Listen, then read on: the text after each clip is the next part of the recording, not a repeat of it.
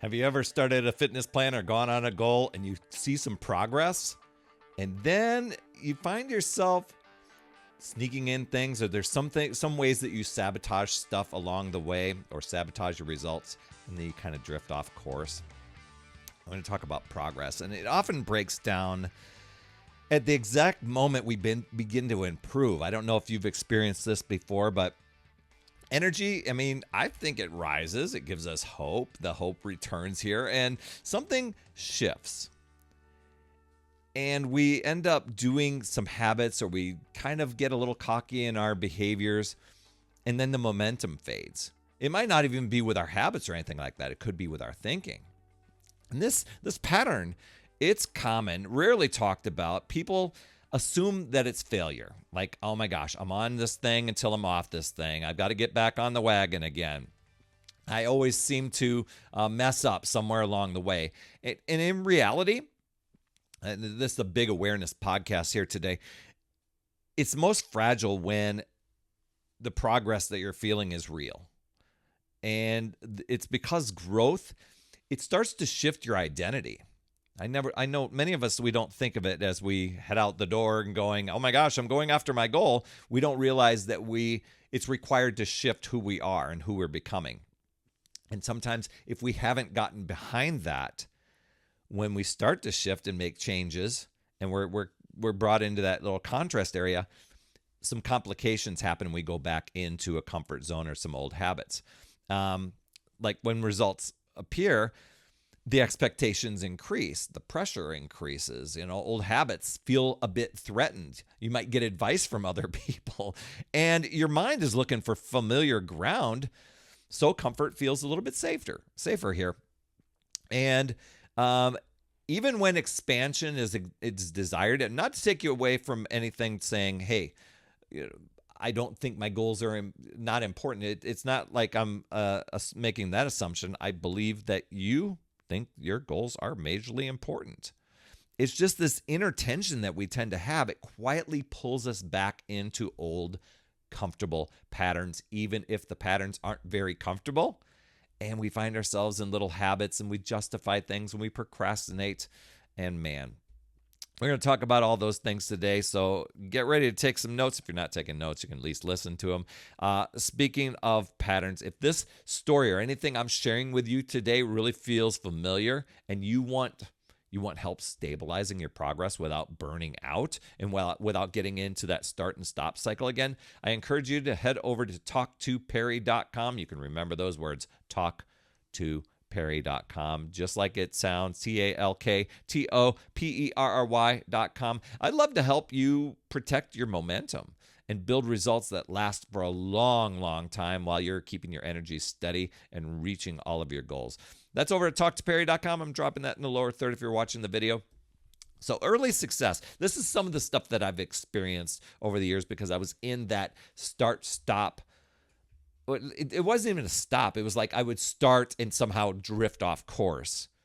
And then I'd find myself months or years later going, oh gosh, I better start that again. I got to lose some weight.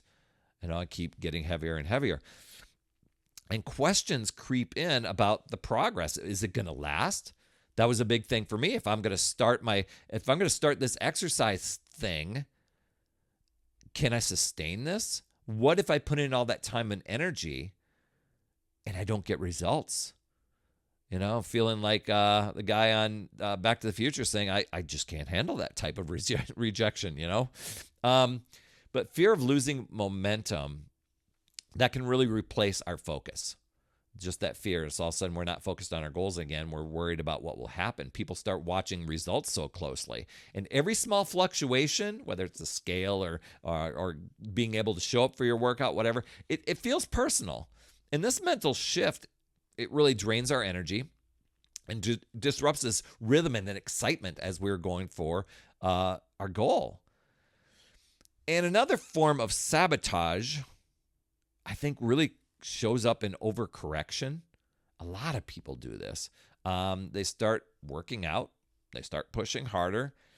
Instead of just focusing on staying consistent and staying steady, we start tracking our numbers and really trying to get into this all or nothing mindset or perfection mindset, We start adding more rules in there, increasing our demands, tightening the control.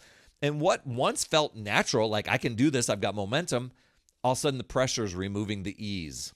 And it's allowing progress to take a back seat.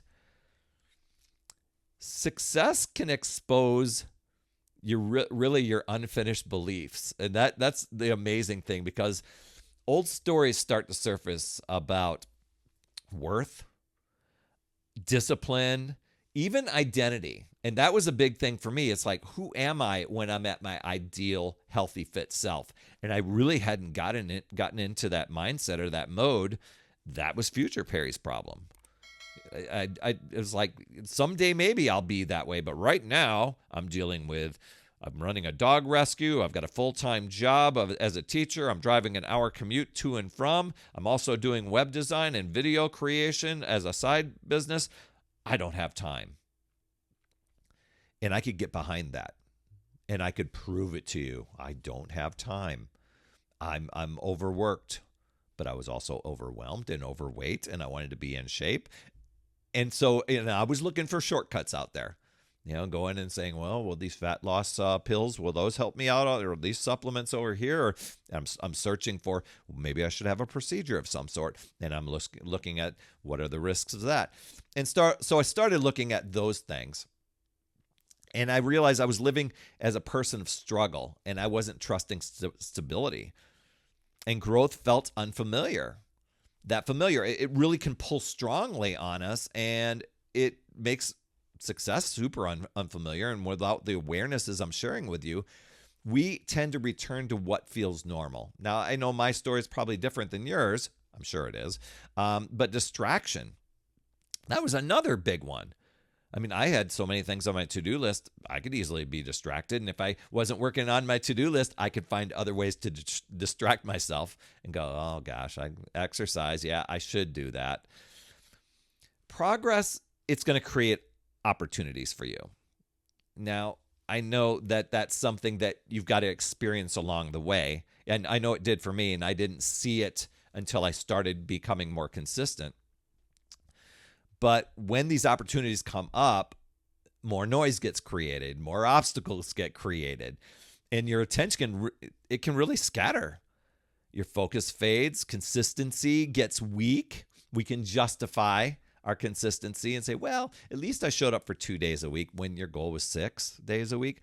So just small shifts in your routine, it can really begin to erode the momentum, tends to fade. So I found myself in that pattern year after year after year. False promises. This year's going to be my year, and I'd get started, and secretly, in the back of my mind, I knew I was bound to fall off track. When's it going to happen this time? And then I'd start to have some sneaky habits, or I'd go off the rails with my eating during the weekend, or I just start skipping and promising I was going to make up for it on the weekend or whatever on my workouts. And I'd get mad at myself. And then I'd stay off track for months, maybe even years. And I'd say, what's the use? So when I kept trying, it was like other attempts. And eventually I dialed into a change in how I thought and how I started to respond to things. And that has led to a 23-year continuing to be consistent. It's like, what was the magic formula? What was the magic button there? I began asking different questions, and I began looking at the awarenesses and the assumptions that I've just kind of talked about earlier in this podcast. One of those questions, I was like, how can I make this sustainable and not sabotaging?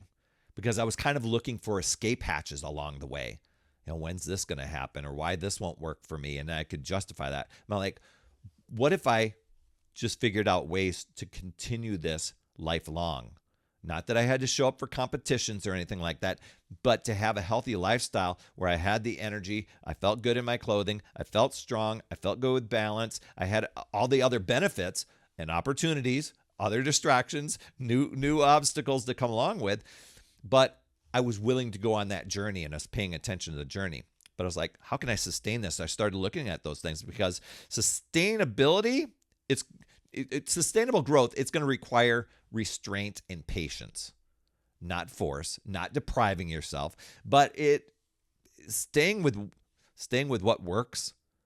It matters more than chasing what's new, and that's what a lot of people do. We're about to get into this area where people set goals at the beginning of the year, and they'll be like, I got to try something new this year. And then they'll get going for a little bit. They'll drift off course. Then they're looking at trying something else new. I just started with pushing and pulling exercises. And I made starting my workouts easier. Progress stays strong when your habits remain simple. We overlook simple. We always want to overcomplicate and overthink it and rationalize and research it all. What if you just started showing up every single day? That's where your confidence is going to grow. When you stay consistent, and the results, those are going to compound. Once you get the habits down and your consistency, you can begin to improve and change and shift and try new things out. But until you get to that point, you're going to dabble and fall off track, dabble and fall off track, dabble and fall off track. So that was one big shift for me, was becoming aware of how I was sabotaging my progress. Another one that people overlook is the emotional pacing, because we want results right, ASAP. And growth, it brings excitement. The excitement can turn to urgency. You're going to see a bunch of infomercials now and say, getting ripped in 40 days, whatever it is. And you want that. You want it even faster. And that can lead to shortcuts, self-pressure, risky things that you might find that you're asking for over the counter or something like that. And that can sometimes derail us.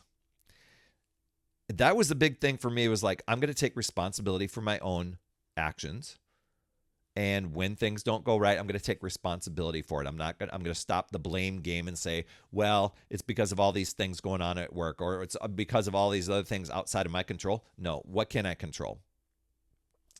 And it just requires a little bit of patience, even with the struggle. Environment also influences people way more than they think. And when your surroundings don't support that new version you're going after, there's going to be some friction there. You're going to get some input, either from other people or from things around you. Those old cues, they're going to trigger old behaviors. I realized I cannot stay healthy and fit if my entire kitchen is filled with junk food and things that are going to trigger me when I'm feeling a little bit off. So I did a kitchen makeover. I just started pulling stuff out of the cupboards, and it got donated to a food bank. Now, some people will be like, oh my gosh, I paid good money for that. And I was too. And I almost held on to the box of brownies because company might come over and want brownies. No, I was almost holding on to that box of brownies, but I knew if I ever got bummed out or I had the munchies or whatever, the box of brownies are going to get made, not for company, but for me to gorge on. I just did a makeover. That was the environment. That was the identity I needed to get into, because those old triggers weren't going to come in. So alignment keeps progress stable. And that's where progress strengthens, with when your identity is catching up with the results.